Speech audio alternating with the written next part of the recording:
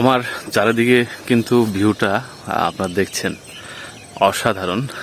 সবাই হয়তো বলতে পারবেন জায়গাটা কোথায় কোথায় সেটা বলতে পারবেন না, কিন্তু চা বাগানের মাঝখানে আছি, এটা মোটামুটি অনেকটাই আপনারা বুঝতে পারছেন। আমি আর নিশান, মাই স্মল বো, অনেকদিন পর কিন্তু তাকে হয়তো ভিডিওতে দেখা যাচ্ছে, কারণ সে খুব ইদানিং ব্যস্ত ছিল। তারপর পরীক্ষা ছিল। আমার সফর সঙ্গী নিশান মজুমদার। আমরা হুট করে চা বাগানে চলে আসছি। চা বাগানে আসার কারণ হচ্ছে যে এখানে একটা দুর্ঘটনা ঘটে আমাদের রামগড়ের যে ফেনী নদী, ফেনী নদীতে গত কালকে একটা ছেলে ভেসে যায়। তার এখনো অবস্থান কোথায় কেউ বলতে পারছে না, যেহেতু একটা ব্যক্তিকে না পাওয়া পর্যন্ত তাকে জীবিত অথবা মৃত এটা বলা ঠিক না, নাকি নিশান? তাই এখানে কিন্তু খোঁজাখুঁজি চলছে অনেক এই ফেনী নদীতে।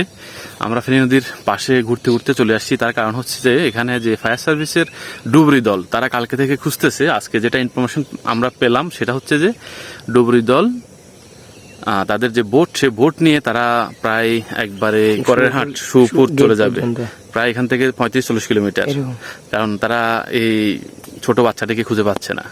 আমরা সেই বাচ্চাটির বাসায় গিয়েছিলাম, খুব খারাপ লাগছে। এখানে মানে মর্মান্তিক অবস্থা, সবাই কান্নাকাটি করতেছে, যারা মহিলা পুরুষ সবাই, নাকি? তো ওই দৃশ্য তুলে ধরাটা ঠিক হবে না, আমি এটা রেকর্ড করিনি, কারণ মর্মান্তিক আর ভিডিও করাটাও ঠিক হবে না। খুব খারাপ লাগছে। আমরা কিন্তু এই বোটটা খুঁজতে খুঁজতে খুঁজতে খুঁজতে একবার ফটিকছড়ির চা বাগানে চলে আসছি। পাশে কিন্তু ভারত, যে বাসা বাড়িগুলো দেখা যাচ্ছে, এটা হচ্ছে ভারতের একটি অংশ, বিএসএফ ক্যাম্প সম্ভবত দেখা যাচ্ছে। তো ভাবলাম যেহেতু সবুজ প্রকৃতিতে আসছি, একটু ভিডিও করি, আপনাদেরকে দেখাই।